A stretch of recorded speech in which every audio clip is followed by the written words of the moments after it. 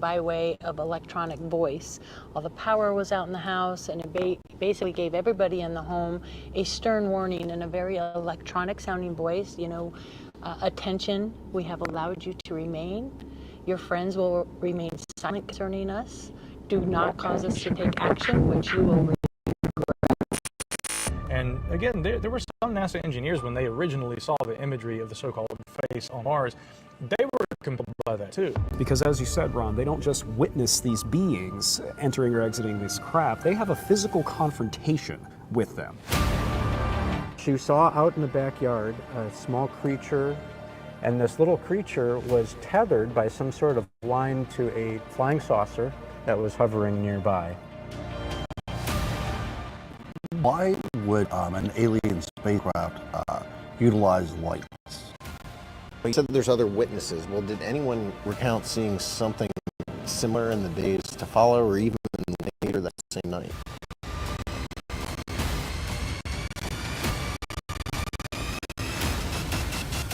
What do we know about the Caracas dwarves?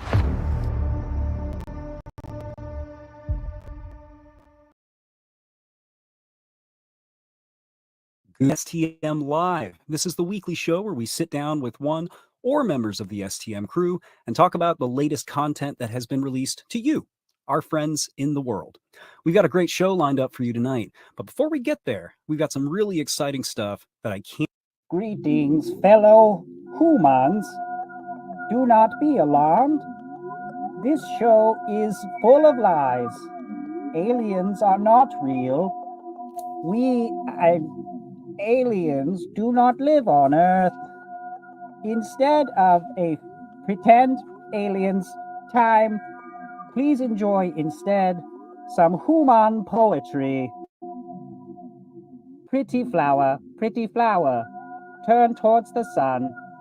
Pussycat went to London to seek fame and fortune. Get out your bricks. Pretty flower. There. Well, that was really weird. I don't know what happened there. Let me just restart this real quick, and I think we'll be okay.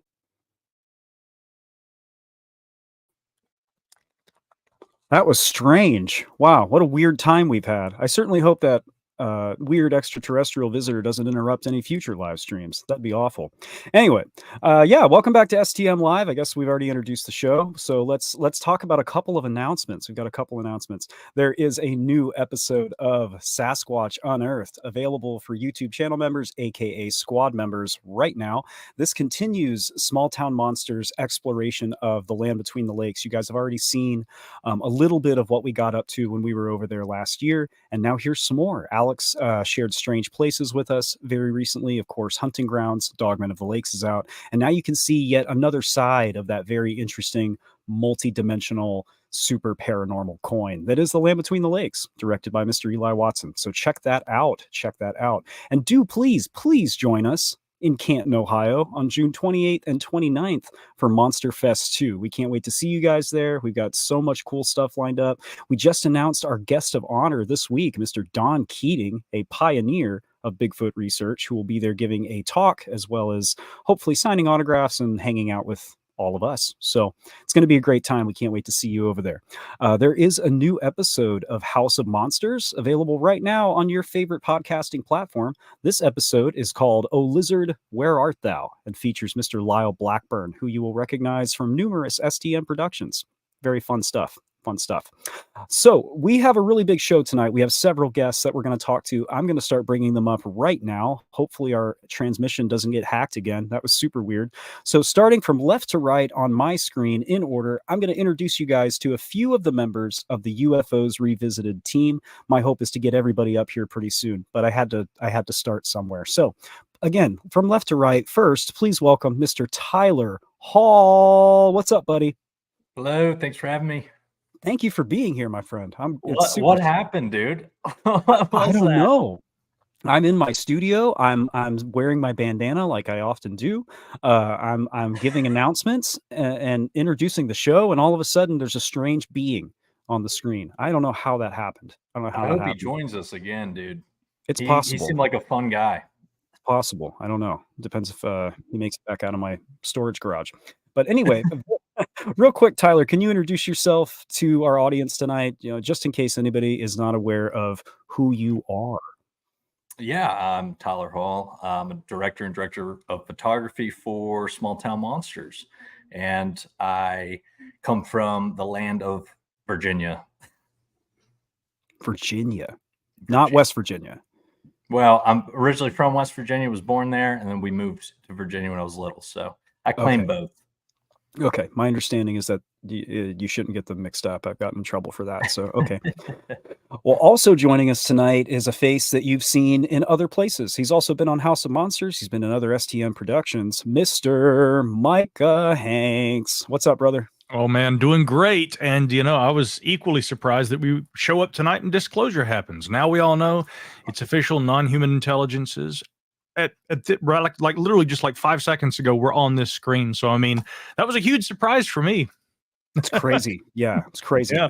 I'm sure no one spent an embarrassing amount of time coming up with that idea. Obviously I'm sure not. that didn't happen. No, it had to be a real event. And then last but not least, one who wears many hats over at Small Town Monsters, someone I communicate with on an almost daily basis, very frantically going, what do you think about this? What do I do next with this? Miss Heather Moser. Hi, friend. I think you might be muted. Did I mute you? Oh, No. there you are. I muted me. It's whatever. I blame the aliens. It's definitely, I mean, like anything that happens tonight is definitely because of that. I mean, any show that there's ever been any kind of an issue, that's probably why. Now we know. Just in case someone has never tuned into anything Small Town Monsters centric before, Heather, who are you? So I am a producer and researcher at Small Town Monsters. Just doing a lot of the research and behind the scenes type stuff. That's my job. She downplays it. It's a lot of stuff. It's a lot of stuff. Going. A quick shout out to our new squad members at the top of the hour: Julian Parker, Cheryl Rosenthal, and Carol Martinez. Thank you for joining the squad. You guys are awesome. We really appreciate you. Squad members get access to UFOs Revisited and all other STM YouTube content in ad-free 4K. So let's talk UFOs Revisited. It's going to be difficult not to go down a rabbit hole of just like talking about the episode, doing the episode again. So obviously we'll talk conjecture and theories and stuff like that, but I'd really like to hear from you guys on your perspective being involved in this from behind the scenes, because I think there was a lot of fun stuff that went on behind the scenes, in producing UFOs Revisited. So I'll just kick this out to everybody right off the bat. Are there any fun behind the scenes moments or anecdotes from the production of this show that stick out to you? Gosh, too many to count, right? I mean, when the actual MIBs showed up and told us that they weren't going to let us air that really special episode that we did that now nobody gets to see. Ever. I can't even remember what it was about now. So bizarre. There was a flash of light. Yeah. All this alien interference, it's just really a strange thing. So, yeah. Kind of bummed about it, but yeah, maybe one day. Maybe one day.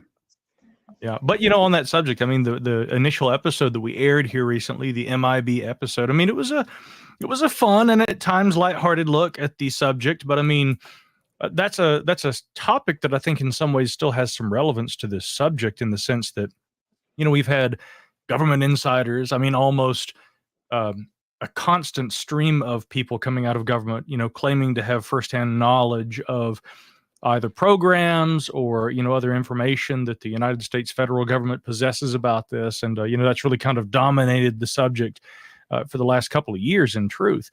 And some of those people have claimed that they have been met with reprisals. They've received pushback from officials. And again, that's in, some ways, I think, similar to that long tradition of people claiming that if they were within government, they were told not to talk about what they knew about, or that they, might be let's just say harmed either in terms of their career or perhaps physically, right? There are UFO witnesses who have claimed over the years, we saw something, we didn't even have time to report it, and then these guys show up on the doorstep, and they're, not telling us who they are, what they do, but they were, very confrontational about our sighting that we hadn't publicly reported. The literature is full of this kind of oddity, and so it really begs the question, I mean, what are we talking about when it comes to these so-called men in black? are these actual government people who have knowledge of whatever the phenomena is, and this is somehow how they are aware of who sees these things? Is there a similar kind of effort to silence people who have worked from within government and who claim that they have knowledge and come forward as whistleblowers? It's kind of an interesting dynamic, but again, we did it in a very unique fashion, and I'll let my colleagues here speak to that point. But with all this dominance of disclosure and whistleblowers and all this stuff in the current dialogue, it's fun to look back at the old cases like we've done on UFOs Revisited. Mm-hmm. I think so. I think we did a good job. Go ahead. Oh, sorry, Tyler. No, go. Sorry, I thought we invited did the a two good job. most polite people on the planet. I knew this was going to happen. Go ahead. We did a good job, I think, of having a range of people with knowledge already in this. Clearly, some of us came in with next to no knowledge on the subject to begin with, and then others came in with extensive knowledge and been studying this stuff for years. And I think that played well in the filming, and I think that that'll be obvious as more episodes come out. Mm-hmm. Mm-hmm. So what you got, Tyler? I think it was extremely interesting to see the perspectives and from Katie Page as she talked about her experience of having a firsthand encounter with MIB when she was younger. So I think hearing that firsthand and then being able to speak to her offset and in a more private setting was very insightful for someone who is kind of new to the genre and who just gets to see things behind the scenes and is a filmmaker. I really enjoyed speaking to everybody and hearing their insights, but I think hearing experiences was pretty cool. Yeah, I've got to agree with you on that point too, Tyler. I mean, her story about the strange mechanical sounding voice coming across, I think it was like a television set as she describes it. And she says that they were told not to talk about what they'd seen. It reminds me a little of, the ideas of, first of all, I mean, I've heard a lot of reports of people receiving strange phone calls. I have never gotten a weird phone call from somebody telling me don't talk about this or that, right? Now, I've never witnessed a UFO, but I do tell a couple of stories on this first episode. So anybody out there, if you haven't caught this first installment yet, we go into some of these kinds of things like telephonic disturbance. But right here, for those who are tuning in, a little added bonus, I'll tell a quick story about maybe the closest to an actual experience like this that I've had. A friend of mine and a fellow researcher, we were on a telephone call years ago, and randomly the conversation goes in the direction of Mothman, right? And the funny thing is that at that time I used to, and all my friends who knew me, 2 decades ago knew this pretty well, that I would be at my father's church real late at night. He was an Episcopal minister. And here I was, my dad's a minister and I'm an aspiring horror writer. And I started, pitching articles about the unexplained to Fate magazine, and Mysteries magazine and things like that. And so I loved to go over there to the church, stay up until the wee hours of the morning and write articles and read stuff that just, scared the wee out of me, as you do, right? When you're in your late teens, early 20s. This friend and I, we were on the phone talking about Mothman one night. And abruptly, I'm on, again, the landline at the church. We get disconnected. And I'm like, what in the world happened? That has never happened before. And so I'm trying to reconnect with him and everything. And all of a sudden, I hear him, in the background, like he's trying to dial me. And I said, hold on, do you hear that? And he goes, shh, listen. And I'll be darned, you could hear like a busy signal in the background as though a third line had been connected and was over, monitoring our call. And when we became disconnected, when we reconnected, that person didn't end up being reconnected with us, but we could still hear the dial tone from that third line. It was the strangest thing. And I thought, of course, we'd be talking about Mothman when something like that happens, right? So again, Katie's story is really one for the books in that regard. I did not know Katie had that experience until we had that conversation. I had not heard that story before. And if I had, I probably would have had her like kick off the episode, because it's so interesting and so dramatic. And the way she tells it is very frank and factual. And after spending 3 days around Katie, having regular conversations with her, she's not somebody who's like just throwing random things out there trying to, oh, guess what? She's not a one-upper. So to hear her share this very interesting encounter, I was like, my mind was blown. I think you can kind of see it in the episode. My face is like, What? Like, this just went to a whole nother level for me. Guys, real quick, did I forget to have Micah introduce himself at the beginning? Oh, I just figured I was the man who needed no introduction, right? I don't think Micah does need an introduction, but I'm just now realizing I forgot to ask you who you are. Will you please introduce yourself to our audience, because I'm dumb? It's totally fine. Yeah. I've been a researcher into a lot of different topics for a very long time. I like to consider myself kind of a science-minded Fortean, right? In that tradition of Charles Fort, looking at phenomena in nature that isn't easily reconcilable with our current understanding, but, maybe in a few decades that'll change. And so basically all the stuff that we talk about, what small town monsters produces, all these kinds of things, I think a lot of people would relegate this to the folklore category. But, as I'm sure all of you know, and many out there listening, when you have sat there and you've spoken with somebody who said, I saw the animal, right? People told me this thing doesn't exist, and I'm looking at the thing and it's looking at me. Or I talk to somebody and they say, when I saw the little light descend from the sky and I thought it was a meteor, and I go chasing to see if I can find where it lands, and I get over the hill and there's a flying saucer hovering right there. You hear these stories and it really does kind of make you think maybe there's more to our reality than we know. So primarily that's what I do. I write about those kinds of things, and you can read a lot of my articles over at thedebrief.org. It's a science and defense publication, but I always try to pepper in a little of the anomalous.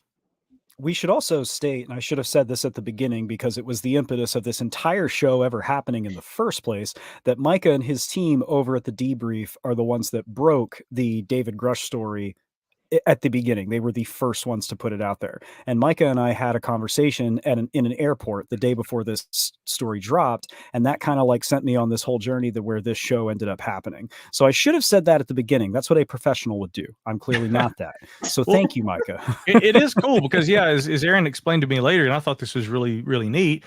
The night before we dropped the Grush article, and again, the two authors, Leslie Kane and Ralph Blumenthal, they had come to us with that article. They had also gone to some other publications, but we ended up publishing that, and it, I think was an excellent opportunity. It's very rare that, and I've emphasized this to people, if the story had nothing to do with allegations involving UFOs, a whistleblower complaint involving an insider from government coming forward, and the threat being deemed credible and urgent, and this, of course, being something that's brought to the attention of the intelligence community, Inspector General, that alone would have been a story for a defense and science publication like ours.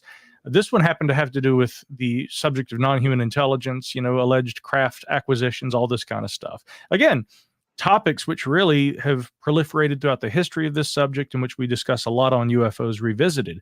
But the secret underpinnings, as Aaron revealed to me, had been the fact that we're coming back from Monster Fest. I'd been in the company of all you wonderful people with small town monsters up there in Ohio. I had to keep my lid shut. I couldn't talk about this because this, of course, was a very big story, and it was going to be dropping Monday morning, so nobody at the event knew. Although I did, during the lecture on Sunday when I was giving my talk, I did say, I can't say too much right now, but folks, just watch for fireworks Monday morning. And sure enough, New York Times ended up reporting on it after that. One of their columnists did, but The Guardian ran a piece about it. All the publications, Fox News, New York Magazine, I think, had something. Most of the coverage was pretty unbiased and fair. Some people immediately were kind of nitpicking. Some people went and leapt to ridiculous conclusions about things and made unsubstantiated claims about things that we're still trying to resolve, because we still, at this point, have a lot of questions about the whistleblower complaint. But long story short, Aaron Deese here was in the airport with me the day before this was all happening. And he was one of the few people in the world who actually knew what was about to happen. And so it was a really interesting time, traveling all day and kind of talking about this. And after the story dropped, I remember Aaron texted me and said, "Boy, you weren't kidding about that, were you?" And that's kind of what was, as you explained to me, the inspiration sort of behind having this conversation, this retrospective, which again was this delightful, opportunity to step back and look at the history of the topic that I think a lot of people who really only got into this in 2017 when they saw a big story in the New York Times, a lot of people either have forgotten or simply never knew about this deep history of the subject. So it was really fun to be able to talk about this, especially with folks the likes of yourselves. It was a great time. We were privileged to have you there, for sure. When we were naming names for like, who do we want on this, you were the first person I named. So Heather, you were co-director on this project. Can you talk a little bit about what that was like? I didn't tell you I was going to ask you that question, so You just you're put me on the spot. totally put you on the spot. I'm sorry. I just didn't. No, it was great. That was my first time doing a directorial role, but I had excellent co-directors with you and Courtney. And it was a lot of prep. We're still working in the role of director. It seems like we're getting these episodes and then reviewing them and seeing if anything needs changed with the edits. And like the first episode we watched, I feel like 5 times before we were like, okay, that's good to go. So it's just a new experience that way. It's definitely something where I wish that I would have been able to contribute more during the filming, which I could not do because I was horribly ill. And that so much so that, like, as a behind the scenes thing, there was one other episode that we were going to film and we couldn't because I got into such a horrible coughing fit that we couldn't film anymore. I felt horrible about that. But it worked out. It worked out. Everything's fine. But just know that whenever I'm being asked a question directly, part of my mentality there is, please do not just start coughing and derail everything right now, Heather. Just very, very quick responses. But no, it was a great experience, and there's so much more to it than, than just making sure that everybody is sitting in the proper position. And I mean, we all had our own things that we did. Like we talked about this earlier today. Spoiler alert, Aaron is going to be on the next Lore You Know. So we talked about this a little bit on there too, but Courtney had her own thing that she was doing, and you had yours and I had mine, and we all worked together well beforehand, during, and after, still working together. And the role of director just hasn't stopped yet. It's ongoing, which is a new thing. Yeah.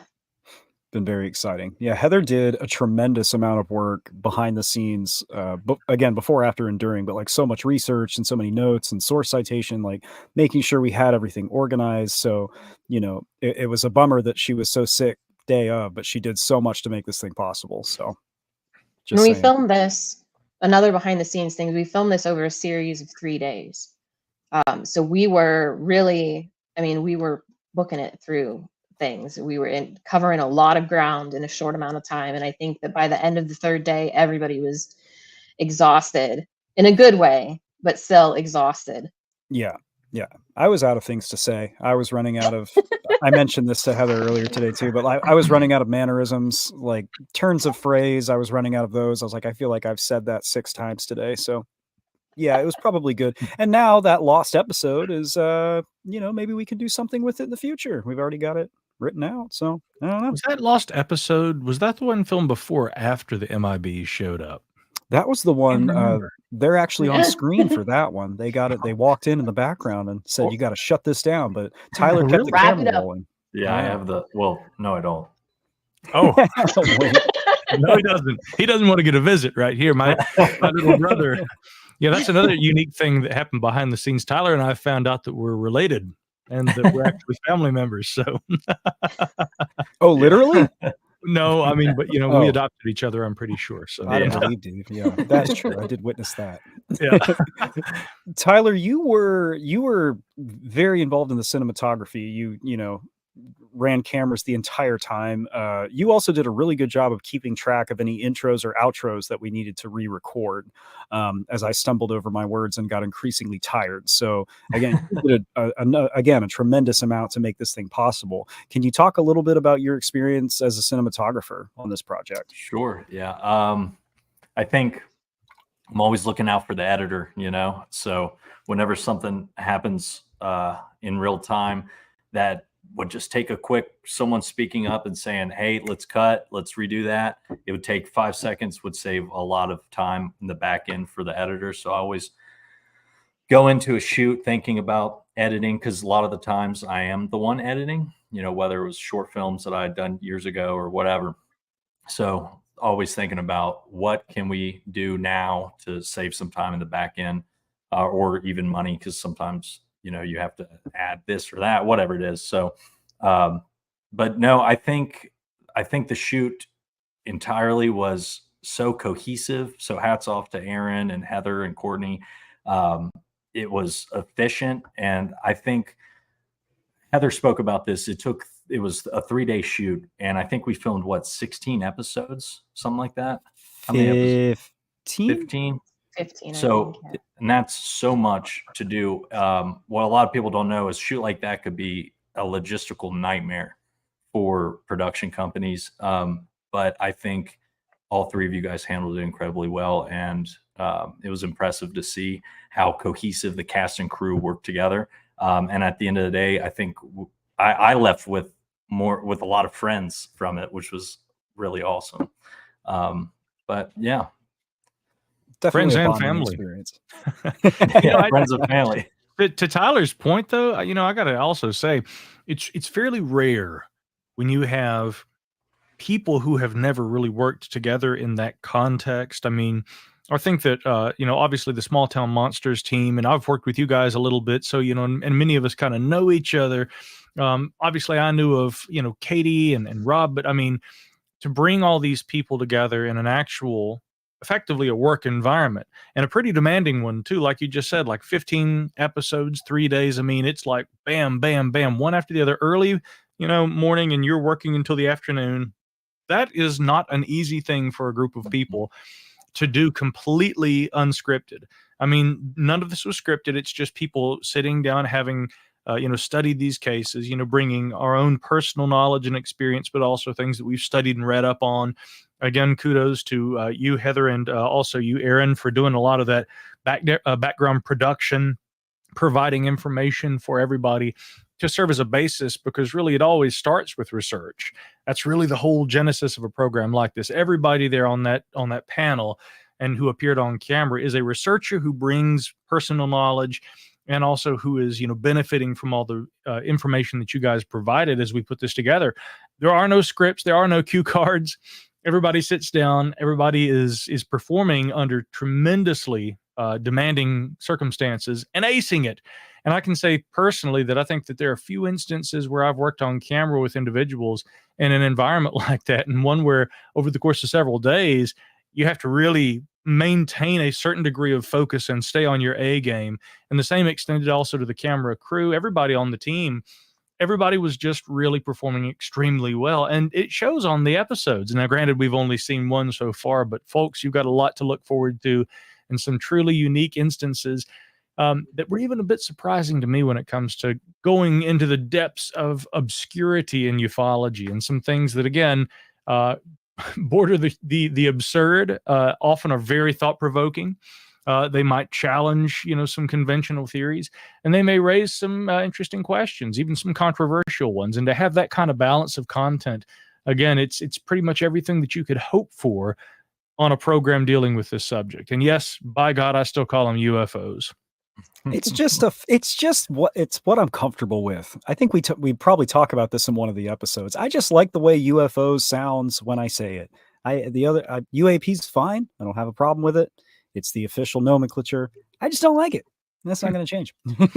Yeah. Well, one more person I've also got to praise here. I've praised Tyler and Heather, but Aaron, and I said this to him in between the takes, the intros and the outros that you did were spot on. I was so impressed with that, because, you and I traveling together, talking, usually we're just kind of palling around.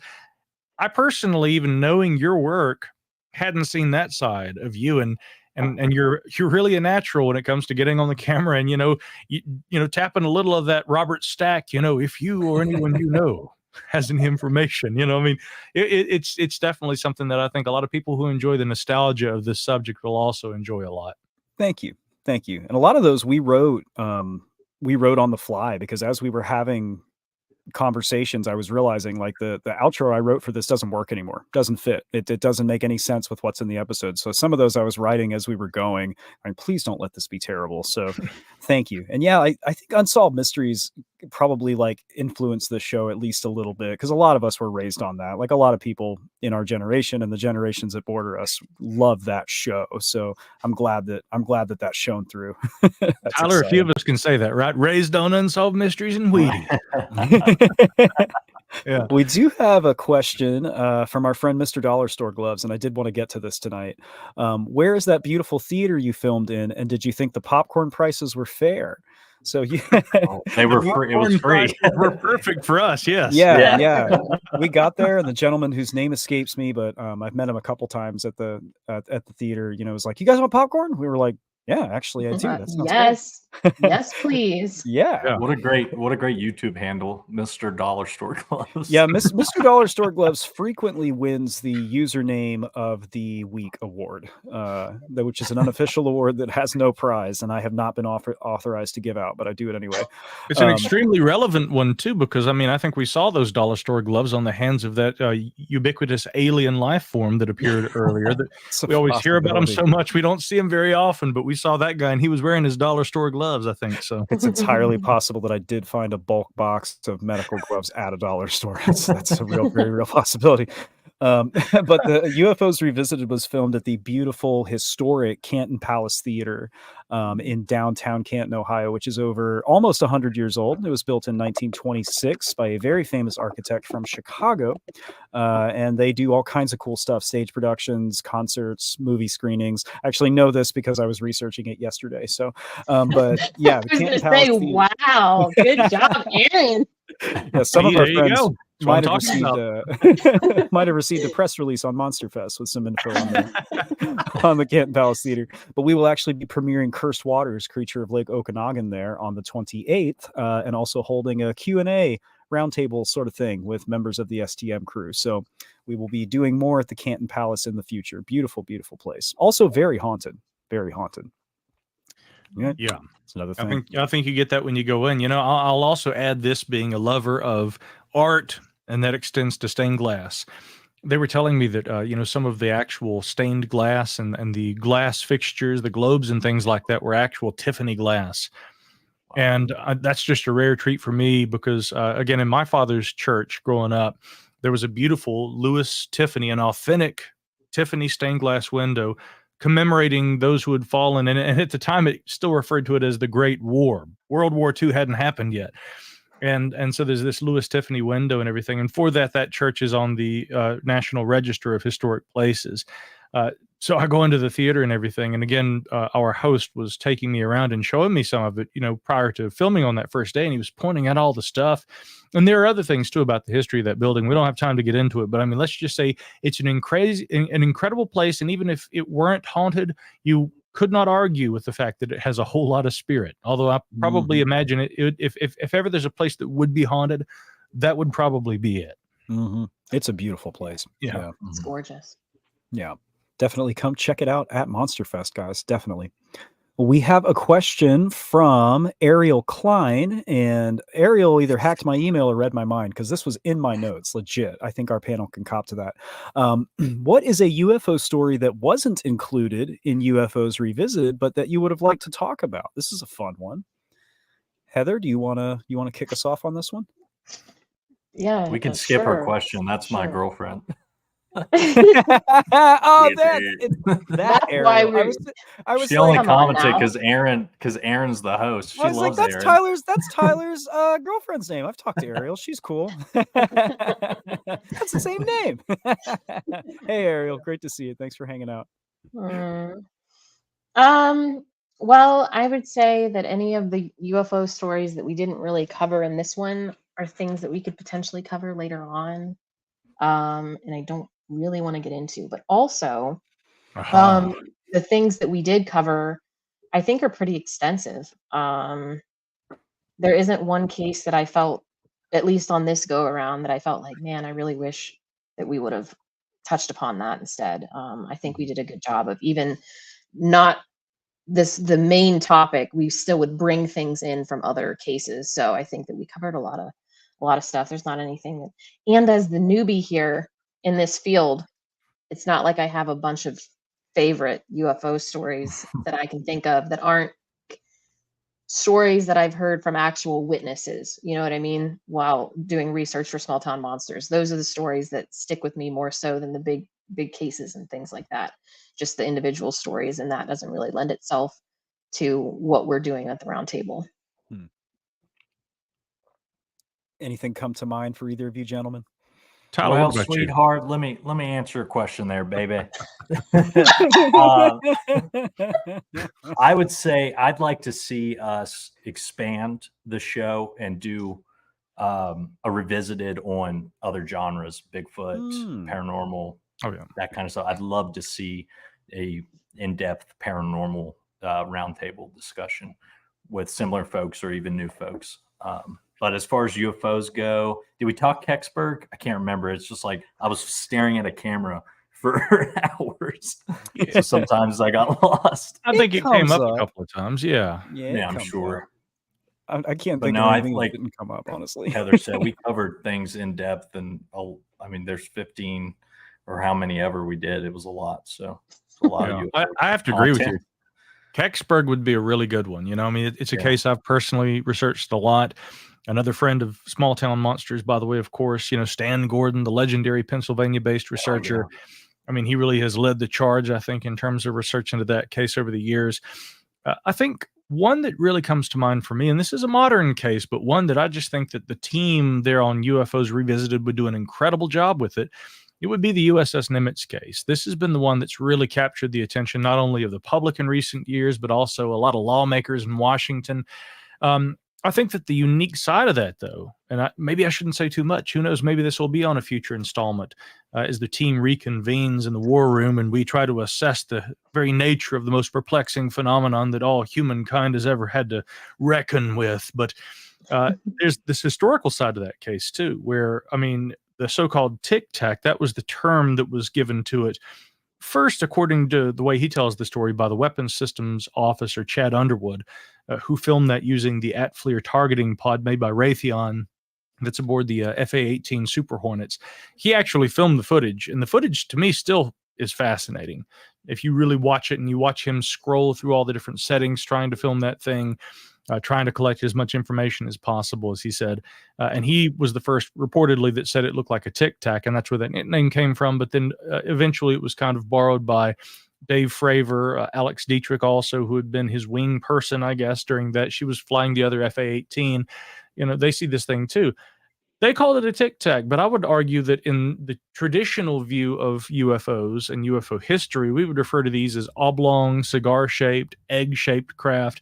And there's a long history of sightings of things that essentially are very similar to the tic-tac. So if indeed that is a true quote-unquote UFO, right, not some sort of U.S. experimental technology or something along those lines, or, you know, perhaps more concerning, technology being used by a foreign adversary nation who was observing our war games in 2004 during the training that the USS Nimitz was engaged in there off the Baja California coast. I mean, if it's a true UFO, there are a lot of stories throughout the years, decades, in fact, going at least back to the 1940s that describe similar objects. So we probably have a whole lot to say about that case. I think I just outlined the entire episode right here, didn't I? No, we just did it.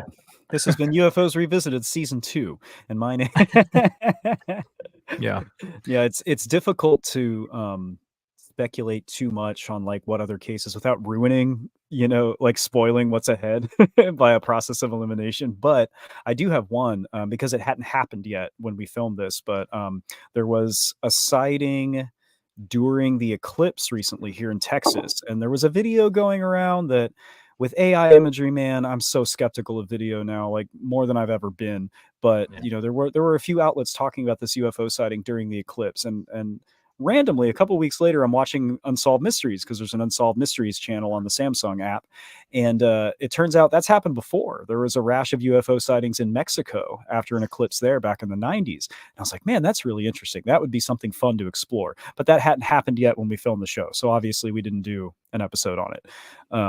So, eclipses and UFOs, I don't know, man. Maybe there's something there. Thank you for that question, Ariel. Very much appreciated. We have another one from Joe Turi. I like this one. Joe says, hello, STM. Are any of the panel in the interdimensional camp or strictly nuts and bolts? That's a fun question. That's a fun one. Micah, what do you got on this one? You know, it's funny, and you'll see this, I think, throughout the season. I do try to lead with a, at times, fairly skeptical attitude about things, right? That does not mean, though, and I think that there's a very important distinction to be made between being inherently skeptical, i.e. science-minded, and being a debunker, right? Debunking isn't always bad, but I think that if you lead with the proposition that, well, I don't believe in UFOs, and therefore every good UFO case will have a simple prosaic explanation and can be debunked, you know, all you're really doing is feeding your own bias. And there are a lot of people who kind of, you know, follow that perspective. One of the great skeptics who looked into this subject back in the day was John Keel, because John Keel was skeptical of the idea that UFOs were extraterrestrial visitors. And he was really kind of, I think, frustrated by the fact that that was the predominant narrative back in the 1960s when he became involved in all this. And he said, you know, looking at the data, there's not a shred of evidence that points to this being an extraterrestrial phenomenon. I mean, there's some weird stuff. There's some weird, you know, things that happen in UFO sightings, but John was just quite the skeptic of the ET hypothesis. And that led him to this unique, you know, version of what some have kind of called interdimensional, but I don't think really necessarily that's always and entirely what John was proposing. What he called it was the ultra-terrestrial hypothesis. The idea that there's something essentially that's inherently terrestrial about these phenomena, that they are from right here, that they maybe are in our midst, and that would overcome the problem, the hurdles scientifically that we face with these beings, you know, or whatever, traveling great distances to get here and having to have the technology that can do that. Now, personally, my way of thinking is it could be, you know, any of the above. You don't have to assign just one solution to the whole problem. So in that tradition of John Keel, I think I'm less the skeptic in that way and more, as he would put it, an advocate of the idea that belief is the enemy. I don't append, a purist, maybe you could call me. I don't attach belief to anything. I am an equal opportunity hypothesizer. So when it comes to interdimensionals, ultra-terrestrials, extraterrestrials, secret government programs, crypto-terrestrials, whatever you want to call it, I'm open to all possibilities based on wherever the evidence ultimately leads. There's a really good book on this topic that gets into this topic called The UFO Singularity by this guy named Micah Hanks, which is a favorite of mine. Well, you know, and one more theory really quickly that book outlines, what if, again, the phenomena as we know it is also more akin to like what we see in films like The Matrix, you know, like what if all this AI stuff we're seeing happening right now, I mean, in the future, gets to a point of technological significance and capability that is essentially atemporal. It can operate outside of the bounds of time. What if in the future at some point the AI takes over, kind of like what we see happening with Neo and his buddies in those films?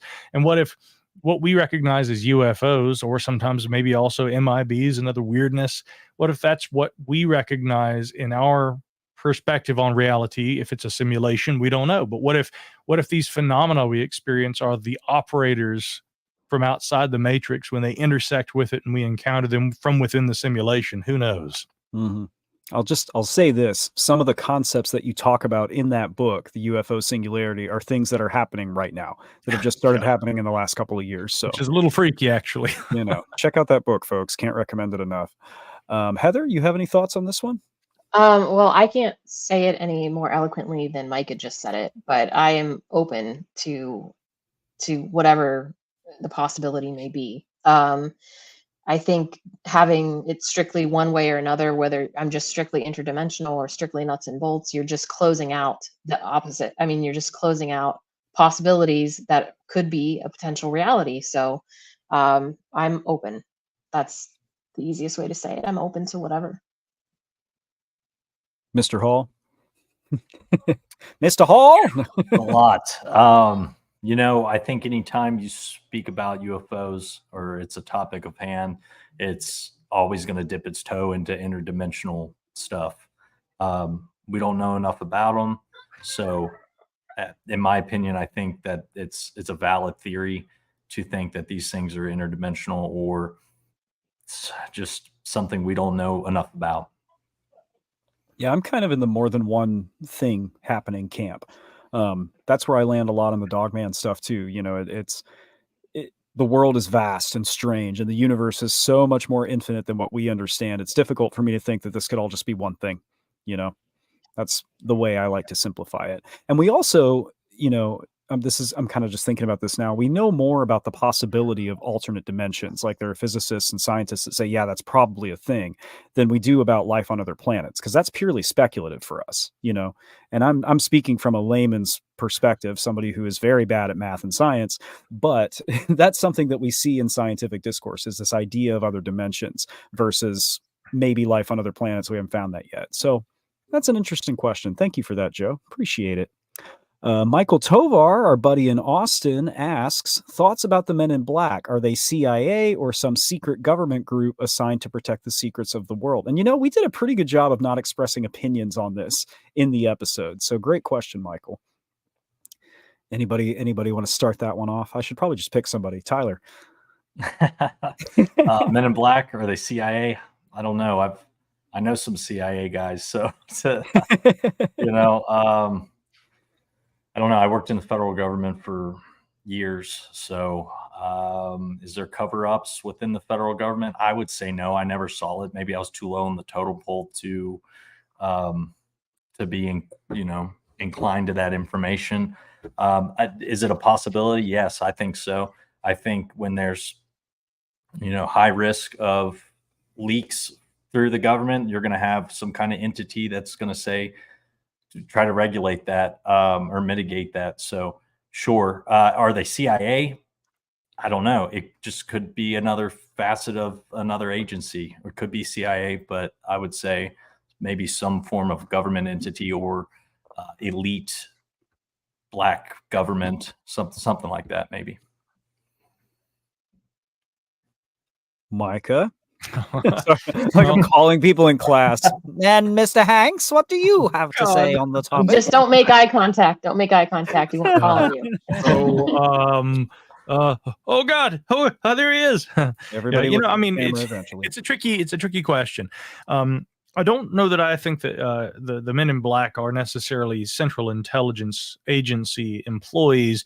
If some of them are from within the government, I've often suspected that there could be some other kind of agency in government, and that this agency is unnamed, but this is I don't know what its job is, if it is a intelligence gathering agency or if it is a federal law enforcement agency. The so-called Men in Black do not behave really, to me, in terms, I think, Tyler, you'd probably agree, especially with your background, they don't seem to behave in the correct ways of either of those, intelligence gathering or law enforcement. If anything, the manner and the behavior, the modus operandi of the so-called Men in Black, if we were to propose they were government agents, seems to be aimed at intimidating people and trying to suppress discussion, dialogue, reporting on UFO sightings, whether that be from people who may have worked from within government or, again, civilian witnesses who have seen these things. So that's kind of the problem. But the reason I do suspect that there could be some kind of a governmental component to it is because, first of all, if we look at the fact that we have cases like Cash Landrum, where Betty Cash and Vicki Landrum, they're 1980 Dayton, Texas, driving down a lonely Texas highway right there during the Christmas holiday, and they see this craft hovering over the highway. We talk about this in a future episode, of course, which viewers will soon see on UFOs Revisited. But one of the things that intrigues me about that case is the way that all these, what are described as Chinook helicopters, come in and they sort of escort this craft out of the vicinity. Researchers worked for years to try and figure out what branch of the military those helicopters belong to, and let alone why they would have been doing a test like that right around Christmas time. I mean, it just didn't make any sense. And yet, if you thought that, whether you think this thing is some sort of a genuine, unknown, and actual extraterrestrial or whatever kind of a vehicle, or if you think it's a secret test of one of our own craft, the presence of those helicopters there strongly suggests some kind of a military component. And yet we still can't figure out where those helicopters came from, where they would have been deployed from. No military agency has owned up to that. And to me, again, the question in the back of my mind has always been, well, somebody's had to have all those Chinooks, and Betty and Vicky weren't the only ones who said that they saw this. There was a retired law enforcement officer that night who also said that he observed these helicopters, and there were other sightings that were reported too. So whether it's that they did belong to a government agency and there was some way that they were able to deny culpability in that case, for sadly fairly obvious reasons, there seemed to have been injuries that resulted to a couple of civilians from being in close proximity to that aircraft. I mean, it's anybody's guess what's going on right there. But then again, you also look at the history of government and secret programs. People would say to me, well, it would take an awful lot to keep a program like that secret. If there was really a secret program, how in the world would that be kept off the books for decades? And I say, well, I don't know, but go ask somebody who worked for the National Reconnaissance Office, the NRO. I mean, that was an organization that was kept off the books for decades. Similarly, we also had the National Security Agency, which successfully remained off the books for quite some time, probably not quite as long as the NRO did. Now, I know people and have spoken with people who have worked with both of those agencies. And for a time, again, my point is those were unknown to the general public. And so it's not impossible to me that some MIB cases could actually involve maybe people with some kind of a governmental component that is not officially acknowledged. And then there's the other, somewhat concerning alternative that maybe they are from something else. They are maybe an extra governmental, or if they are with a government, it may not be the United States government, or maybe they are somehow related to the phenomenon itself, as John Keel and other people began to speculate about, because, I mean, you have those really weird cases. And I think we talk about one of those on this first episode, Dr. Herbert Hopkins, where he gets this video from a man in black, and there are some, I think, what you can, safely characterize as paranormal experiences that unfold during that encounter with this individual, and it's a really unsettling story. That doesn't sound like government agents to me, unless, my final point, we entertain one unique hypothesis, and I've thought about this with Dr. Hopkins. The way he describes being asked to look at the coin, and the coin starts getting fuzzy and then it disappears, it almost bears certain hallmarks of hypnosis. And I halfway wonder, I mean, we have to kind of start taking some intellectual leaps here to imagine a governmental agency with individuals who act like robots and are very, very skilled at hypnosis, so much so that they could actually use these techniques on a trained, psychiatrist, and result in one of the strangest MIB stories of all time. It's not impossible, but it seems exceedingly unlikely that that's the case. So I don't really know. But again, if they are government, I don't think that they belong to like the FBI. They aren't the typical kind of G men. There seems to be something a little different and even somewhat sinister at times about them. You have a take on that? I think it's... Oh, sorry, Tyler, go ahead. Sorry. I think it's safe to say, too, that the government compartmentalizes the knowing of knowledge within agencies. With any whistleblower case that you research, Bob Lazar being probably the most famous one, he talks about how at Area 51, they compartmentalized information so much to the fact that the projects that he was working on could have just been cover-ups for another project. So I think it's safe to say that the government does compartmentalize information down to probably the most finite level of its agency. Mm-hmm. You have any thoughts on that one, Heather? So I don't think that we can safely say that they're part of a particular group of the government, obviously, but I wonder if it isn't something that we work with other governments, or not just we, but I mean, like, that's a international type of scenario here, because we're suppressing information all over the world, not just here. So I'm wondering if it's a larger entity than just the United States government. Mm-hmm. Interesting perspective there. Yeah. Mm. We do have a comment from Joe Perdue, our friend over at Wild and Weird West Virginia, who you can also meet at Monster Fest too. Being a former federal employee, I'm inclined to think they are part of the intelligence community rather than anyone directly connected to the Fed itself. That is, if they aren't, and then alien emoji, if they aren't aliens. And I think that's an important distinction, because when we're talking about the government, that's a very broad-reaching term, but the government's not one thing. The government is made up of many, many organizations and many, many leaders in different categories. And, we've mentioned a few of the federal intelligence agencies that we know about just in the last few minutes, but there are many, many more, and then probably many more that we don't know about. So I think that's an important distinction, the intelligence community versus the federal government versus the military versus the private sector, contractors and things of that nature. We're talking about a multifaceted thing with many, many different checks and balances. So very interesting point. Thank you, Joe. Maybe some fun stuff coming from Joe and Ron over at Wild and Weird in the future. I don't know. Maybe keep your eyes out. We have time, I think, for one more question tonight. We'll knock this one out real quick. Harvest Mary Moon, our good friend, asks, are y'all going to do the UFO thing, Battle of Los Angeles? No spoilers, but stay tuned. Stay tuned for future episodes of UFOs Revisited. And then probably our last question of the night from our good friend Nick, one of our squad members. Here's a question for all four of you guys. What are your thoughts on Men in Black? Yes, not Will Smith and Tommy Lee Jones, but them being aliens or like non-human. What are your thoughts on that one?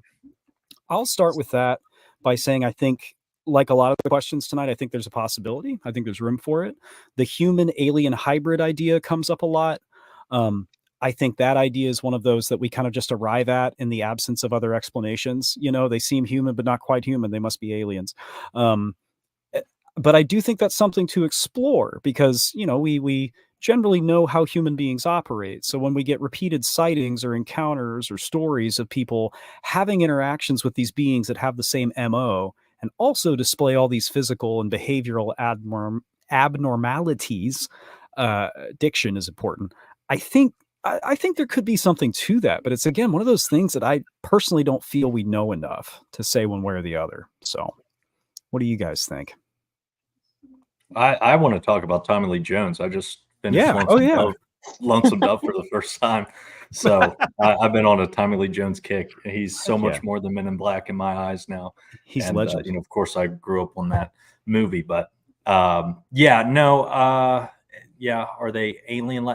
I think there's enough experiences where Men in Black have a supernatural element to it. You can't discount those. I've never spoke to some of these people in real life, just read or listened to their stories here while filming UFOs Revisited. So I don't really want to speak on it too much to, discount their stories, but I think there's supernatural elements to Men in Black or alien. Maybe supernatural is not the right word, but alien-like characteristics to some of these stories. So sure, maybe they're a hybrid. Maybe they're a CIA alien. I don't know. It's fun. I think, it's fun to explore that. The idea of something that's mimicking human behavior, that's something that shows up not just in UFO stories, but in fairy and fae folklore, stories about the jinn, stories about witchcraft, and stuff like that. It's found in native folklore. So that's an interesting thread. Something we talk about a little bit is the ways in which this connects to other things. But anyway, that's horrifying. Yeah. Oh God. I don't even want to think being like that's out there. Yeah. Nothing is pretending to be a human for good reasons is my theory. Or maybe they are. I don't know. Maybe we'll find out in another future episode. It seems foreign to me. It's creepy. Yeah, that's a kind of strange one, I mean, anything that would want to try and impersonate another species, seems to have ulterior motives, in my opinion, right? But, I think that, again, if you look at the Matrix films, quite obviously Men in Black appear in those films. And yet again, that idea is actually more akin to this whole singularity concept of reality being a sort of a simulation. That this is not base reality, right? And that there may actually be multiple simulations for all we know.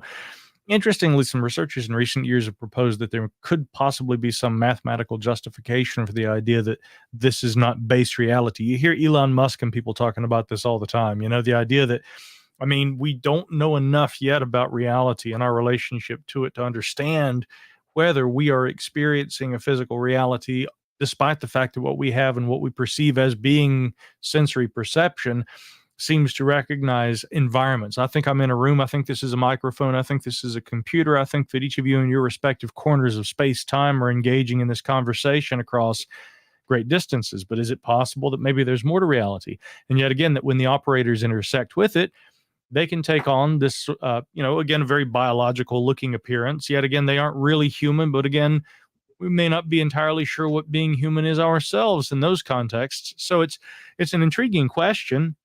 I will just simply say this. I don't think that you can necessarily look at the Men in Black any differently from how you look at UFOs, in the sense that maybe UFOs aren't all one thing. I'm pretty sure that there's some cases involving government agents, and in some instances, going back to the early years of Blue Book, I think there's actually enough data to conclude that some of the quote unquote guys who show up in black suits with sunglasses were actually members of the federal government, and they specifically belong to the Federal Bureau of Investigation. I think that there's a really good couple of cases that are indicative of FBI involvement in some of those early years. And then you have those cases like Herbert Hopkins. You also have those cases like John Keel wrote about, and he made them sound really strange in his books. But years later, some of those cases turned out to be weird people that were UFO enthusiasts who just happened to act really weird. And certainly, I think we all agree, we've never in this line of work ever met weird people who are interested in UFOs. So No, never. Not once. There may be a lot of different explanations that have been kind of lumped into that so-called Men in Black mythos. But there are definitely some strange stories that are weird enough to warrant concern, perhaps. What do you think, Heather? I think that Katie does a good job in the first episode of compartmentalizing. She explains that there are at least two different types of Men in Black that we hear about. And I think Micah also did a good job of explaining some of the weirder ones. I believe it was that episode where he talks about the guy that rubbed his face and like the makeup sort of came off. So he didn't have lips, sort of situation. I think that it's definitely not just one thing that we're looking at by any means. Yeah. This is why you can't compartmentalize yourself into the interdimensional versus nuts and bolts, right? It's a mix. It's a mixture of things, multiple possibilities. Yep. And it has a lot to do with our perception too. Who's making that report? Who's having that experience? And people are weird, man. I worked in residential property management for 10 years, and you've never seen people weirder than they are in their own homes. You just don't. And people do some pretty strange things. I've met some folks who I was like, I think you might be a lizard person. All of the lizard people, as our friend Michael Tovar references. So, well, folks, that brings us to the top of the hour. My apologies to anyone whose questions we didn't get to. We always try, but when you have this many brilliant minds on one panel, the time just flies by. So Tyler, Micah, Heather, thank you so much for joining me, making time. I'm sure we'll find an excuse to have you all back again very soon. And thank you, everybody, for tuning in. Thank you for asking your questions. Tune in next week for another edition of STM Live. Check out Sasquatch Unearthed. And if you haven't seen UFOs Revisited yet, also go do that. Thanks again. We'll see you next time.